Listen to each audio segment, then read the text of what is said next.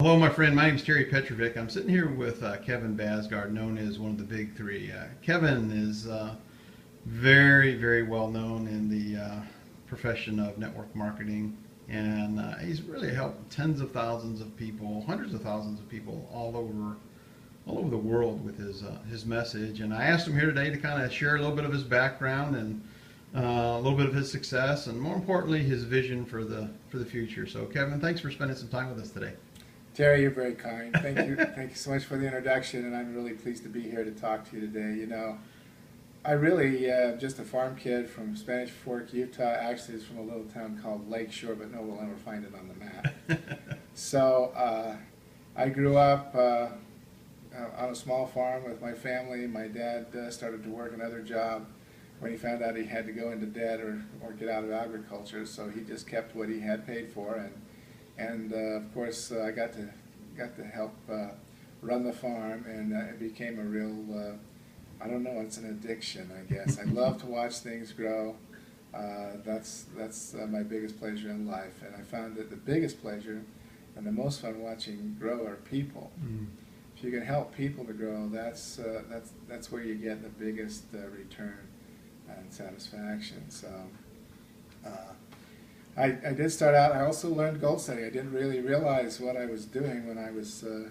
I participated in Future Farmers of America when I was in high school, and I bought my project was going to be swine or hogs, and I bought a gilt, and I was going to raise pigs for a stock show, and so I had to make sure I got everything right, and I got it matched up with a boy at the right time, and I had a litter of about 10 pigs, and I wasn't going to sell any of them because these were really supposed to be, you know, high quality hogs, and but my good friend had his father pass away, and he wanted to buy one of my pigs, and so I had him come down and pick one out of the litter, and so we proceeded to go for it. He promised me he wasn't going to show the gilt at the stock show and be competition to me, but he really did get the pick of the litter.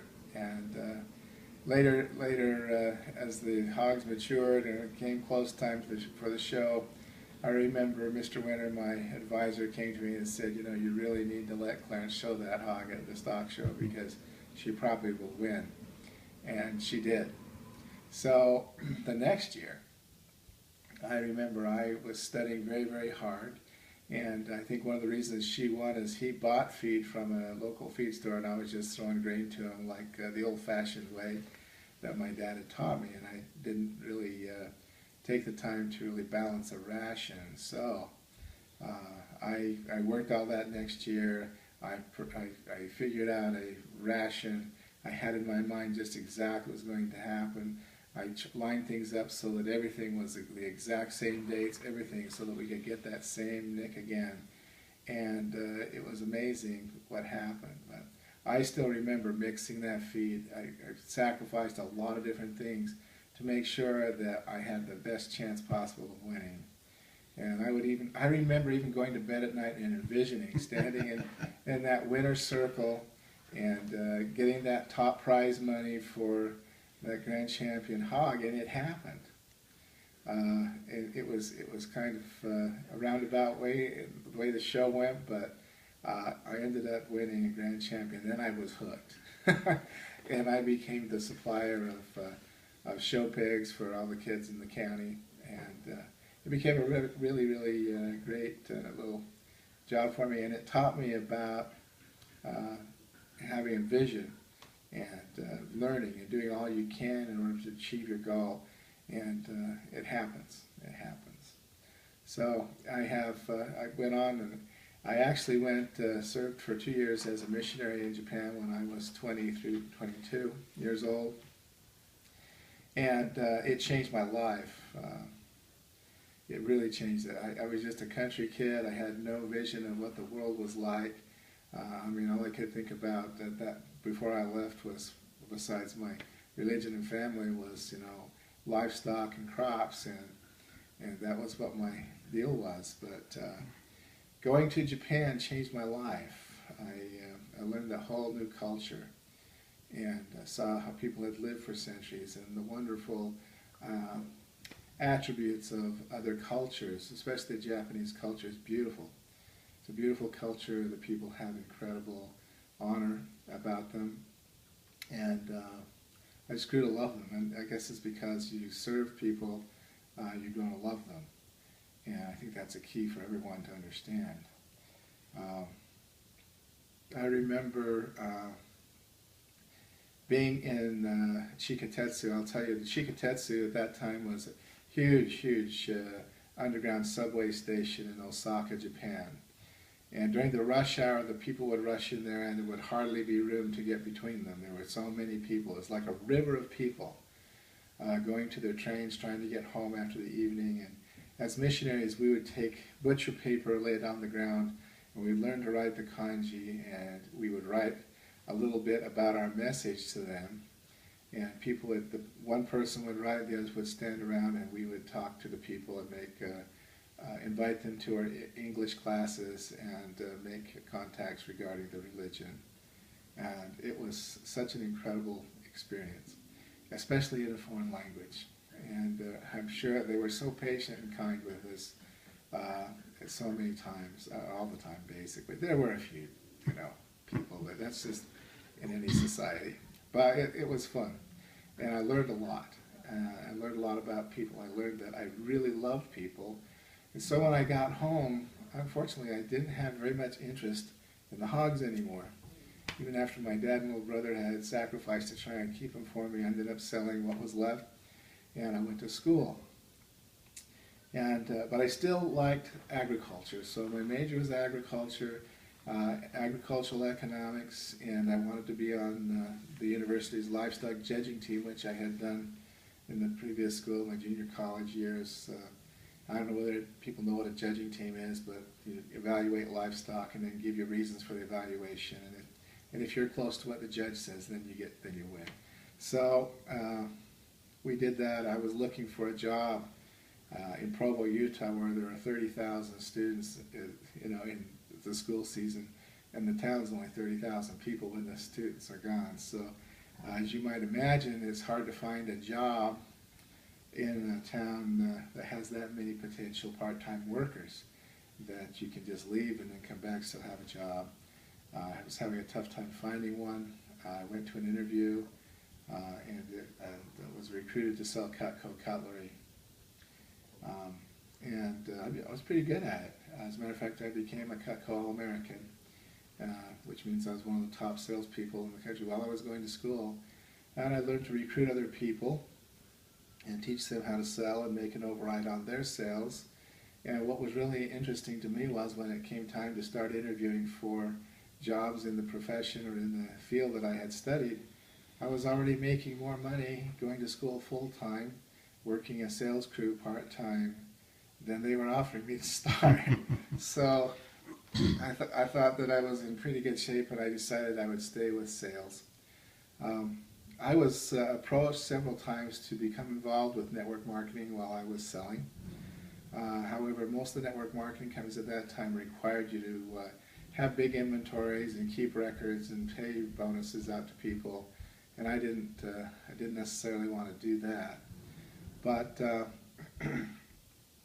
a few years later, one of my salespeople that I had trained in Cutco came to me with an opportunity to sell a diet. And the diet was 110 calories per meal, 3 times a day. That's 330 calories a day. And I just recently been married, maybe about a year, when he saw me and approached me, and he said, "Hey, Bads, you're fat. you need to take a look at this diet my mom's been on." He had been out in the oil fields working, and he said when he left, and when he returned about 3 months later, he said he could hardly recognize his mom. She'd been on this diet. I went to the very first meeting for the Cambridge diet, and I really didn't understand the idea of networking. I felt that there was an opportunity, but at the time I was still selling cookware and cutlery and doing well, and I just couldn't see, I would sell a large ticket item like $1,000 worth of cookware and make quite a bit of money. And you sell a can of, take about the same time to sell a $17 can of diet and make $10, and I just couldn't see how it equated. But when my friend Craig Phillotson showed up with a $25,000 check, it got my attention. And I thought there had to be a mistake in the accounting. He said, "No, this is real." I said, "How did you get that check?" He says, "Well, you have to build an organization." I said, "Well, I understand building an organization, but how big of an organization do you have to get a $25,000 check in 1 month?" He says, "Well, didn't you read your book?" I said, "Craig, remember, you gave me the shortcut since I was a newlywed. You wanted to save me money. So I just signed up, bought the thing, and you checked that I had bought the book from you, but you didn't really give me the book." So he gave me a book, and I read it, and I said, "Okay, I want to do this, if this is the way it's going to be." By the time that happened, he says, "The music's over here in Utah. You need to move to a bigger population area." So we moved to California, the Bay Area, and I became a diet salesperson, I guess. And we did really quite well. I think we made over $100,000 that year before the company went under, and that's just one of the things about network marketing you have to be aware of. But in experience, and it was a lot of fun. That's another change in my life to move to the Bay Area and live in California, which was a lot of fun. But at that point, when that company went under, my sister called and said that there was an opportunity for a product line manager at a company called Nature's Sunshine Products, which was in my hometown. And I applied for that, got that job, and went to work for the corporation. Within about a year and a half, I had risen to director of sales, or marketing, actually, director of marketing. And it was not a tough climb, because I found that in that sales corporation, there were very few sales managers who had actual concrete sales experience. And you'll find that very, very common. And you'll find that that's a cause of certain frustrations, but we'll get to that later. I worked there for 6 years, and the whole time that I was working there, my former friend and co-companion, Craig, kept calling me and taking my pulse to see if I was ready to do something else. And finally, in 1989, late 1989, he called me. He told me he had just returned from spending a month down scuba diving. He's working for Nu Skin in Australia. He came back and his check had gone up $70,000 in 1 month. I said, "Craig, that's more than I make all year." He said, "Yeah." I said, "Well, yeah, you think I could do that?" He said, "Sure. Why don't you just go tell him you'll quit? I'm looking for something. We're going to plan to go to Japan. And so I just want you to come work with me, and I'll help you." So I went and talked to my wife and told her that I was going to quit my job. And we had 3 kids at the time. And after I picked her up off the floor, she has been a great support to me my whole life and whatever I wanted to do. And she really helped me and supported me in that decision. I gave Nature's Sunshine my notice, and they're still in business today. So I guess I was just a cog in the wheel, and a big company at that. But I learned a lot there. I really did. I learned a lot about what companies and how they operate and that kind of thing. That was a tremendous experience with good people. And it would lead me to a fortune later. But I did the Nu Skin thing. I found that a lot of my contacts were not that interested in skincare, so I had to build a whole new organization, a whole new circle of influence, which was a challenge. But eventually got to,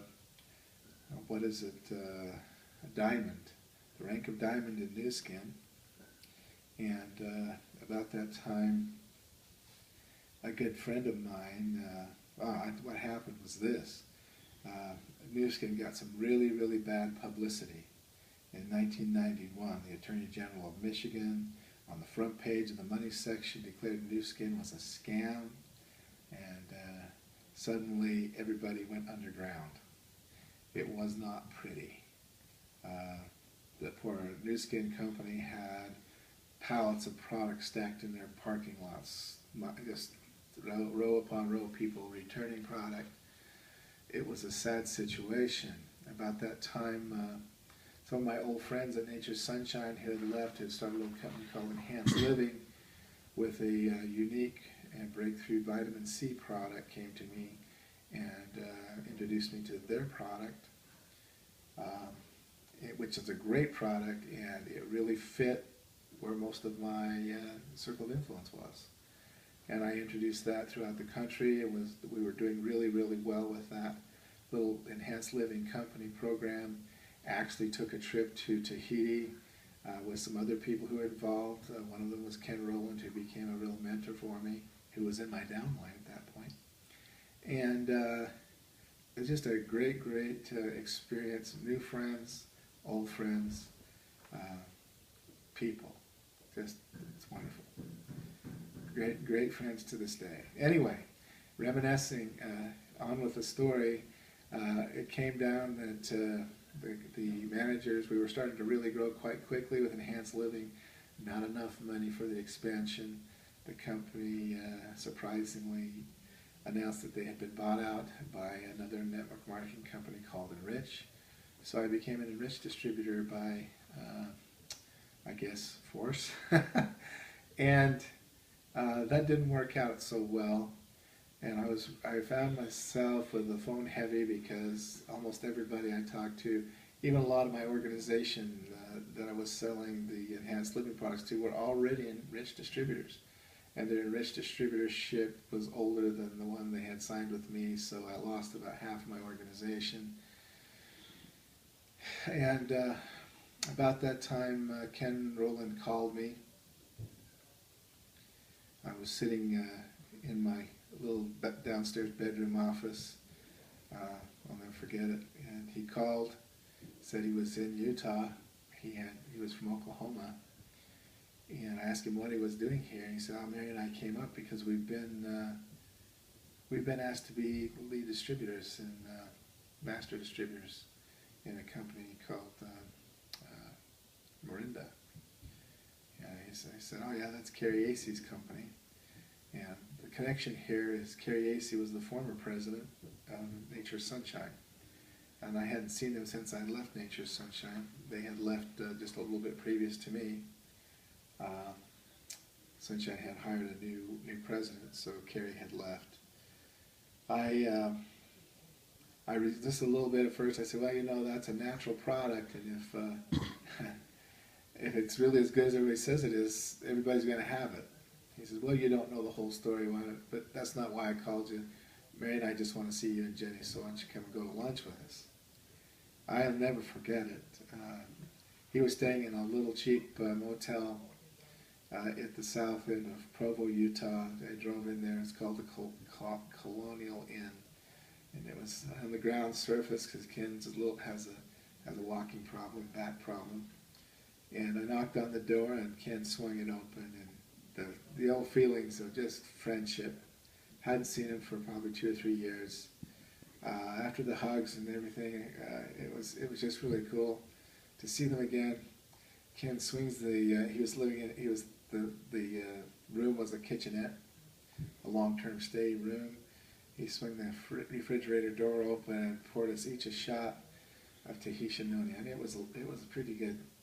I mean, it was like in a glass, about that much at the bottom of a tumbler. And I remember knocking that stuff back, and my first thought was, "Oh my gosh, this is going to be tough to sell." And I looked at my wife, who was 8 months pregnant with our 8th child at that time, and she was smacking her lips saying, I like that. I like that. So I thought, it's her condition. It's her condition. And so we went and had lunch, and afterwards Ken just said, "Oh yeah, you know Carrie Acey and those guys. Why don't we just drop by the warehouse and just talk to them and see what you think?" And I remember going in there again. It was like old home week, seeing everybody. Walked into the back of that warehouse, and they had it stacked from floor to ceiling with this juice that I had. And I remember distinctly thinking, well, if everybody reacts the way I did, they're not going to run out of product anytime soon. But then Kerry took us back into his office, told us the story, which was very compelling, about that juice. And my wife turned to me, or I turned to my wife, and I said, well, Jenny, what do you think? And she said, Kevin, you've worked with all these guys for years. She says, and they're good friends. I feel like we've come home. And I said, yes, I felt the same way. And we got involved, and you know, it was amazing, but it was like we were selling into a vacuum. There's so many testimonials that came in from that product, and it's a good product. I drink it to this day. The problem that happened was and it grew so fast. I mean, I was paid over $13 million in the next 10 years. It's a lot of money for a farm kid. And went international and took the juice back to Japan, and was one of the first people to do that. And there were hundreds of thousands of people in my organization, good people, not just Japanese, Americans, and all over Southeast Asia and Asia. It was an amazing, amazing experience for me. What happened later on is, as I had told Ken earlier, because we had did such a good job creating a market niche, we began to get a lot of competition. Lots of competition means that, you know, people were selling the noni juices. Most people don't really do their homework, and although I thought the other juices were inferior to the one we were selling, I found my people just weren't making money, and we stopped really growing. And then the company made a few mistakes. The management assumed some things and did some things that changed the marketing plan and basically destroyed the trust of the distributors. And it became very, very hard to recruit. The phone got heavy, as my friend Ken Rowland used to say. The phone got heavy. When the phone's heavy, that means you really don't want to talk to somebody about what you're doing. And so we were comparing notes. I mean, me and my two partners now used to be in Tishanani really competitive. But as we got together, as we started to have problems, we found out we had the same problems. We analyzed the situation, and we decided that we really needed to do something else. And we tried to give input to the company we were with, and they just really didn't see it the way we did, and that's fine. You know, we tried hard and came to the conclusion it's just time to move on. And we decided that we were going to find one last run. We spent a lot of time. We actually analyzed just outside from the internet and from just getting literature and things, about 600 companies. From those 600, over the next 3 years, we actually visited 60. And it wasn't until we found Nerium International that we felt we had the criteria that we wanted. There were several things, but the number one criteria was we wanted a product that was unique and exclusive and proprietary, so that somebody down the street couldn't just duplicate it and sell it cheap and undermine the efforts we have when we build what you call a consumer base. Number two, we wanted management team. We wanted a management team that actually had direct sales or actual network marketing experience, successful experience, not just having joined up and then decided that it was better to go and be on the corporate side. No, we wanted someone who had had success, major success selling in the network marketing industry. And number three, we wanted a marketing plan where the new people coming in had a chance to get to a no out-of-pocket expense situation just by doing their job. In other words, the repeated quota that's done by network marketing has to be able to be met really relatively quickly in order for people to stay in the business, and they need to make money quickly. So when we heard about Nerium International, we went down to visit the company, and we heard the story about the science behind the products. And we talked to Jeff Olson, and we'd heard of Jeff Olson. We'd used his books, and we knew of his success in the industry. and we found out about the success of the rest of the management team. We've got had an incredible team that had been on our side of the business and also had the skills to run a company, because so often in this industry, you got a guy who loves network marketing, so he starts a company, but he has no experience running a company. And so he gets into trading, and it goes well, and he gets into trouble financially, and he goes bankrupt. And then you have, on the other side, you have business people who say, man, network marketing is the way to go because we don't have to pay for customer acquisition. That's what happens. We don't even have to pay for them until we get them, because that's what distributors do. We go out and find the customers. We don't get paid unless we find customers.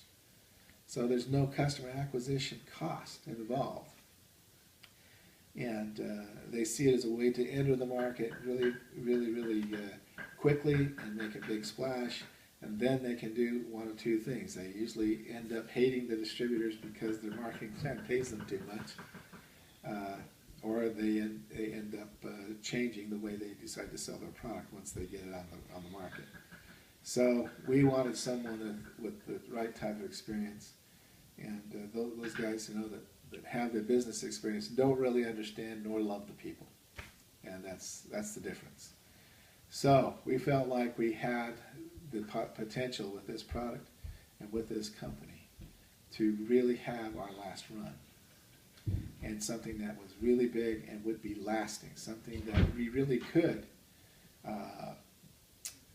leave to our children, something that was a legacy, and so excited to have that potential. And right now we're just on the verge of it. But listen to, I mean, this company, look what it's done. Look what it's done. It's set records. $100 million its very first year. $250 million its second year. $450 million plus its third year. Oh my gosh. When you show that to people I know, they go nuts and say, I've got to have a piece of this thing. It's huge, in a huge market, a market that is growing by $1 billion a month. It's incredible. It's an incredible thing. It's a story that I've never had to tell before. So if you're listening to this, check it out. Check it out. And you can't beat network marketing for lifestyle. I know, I still love agriculture. I'm not big into fancy cars.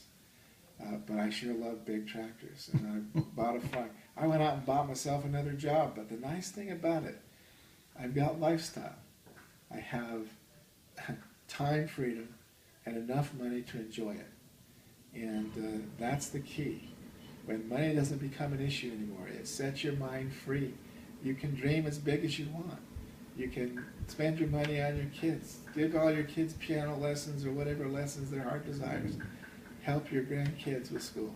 It's wonderful, the things you can do when you have money. And everybody can do this, because it's just learning those little productive activities that you do every day that it seems like don't matter if you don't do them. But if you don't do them, it stacks up. If you do them, the growth is amazing. Well, thank you so much, Kevin, for your time, your wisdom. I'm so excited to be partnering with you, and I know that our futures are great. So, my friend, listening to this, get back with the person who shared this with you.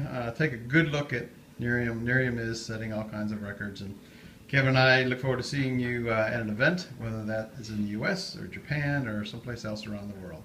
Remember this, you have a choice. Make it a better than terrific day and a prosperous one, because you absolutely deserve it. Bye-bye for now.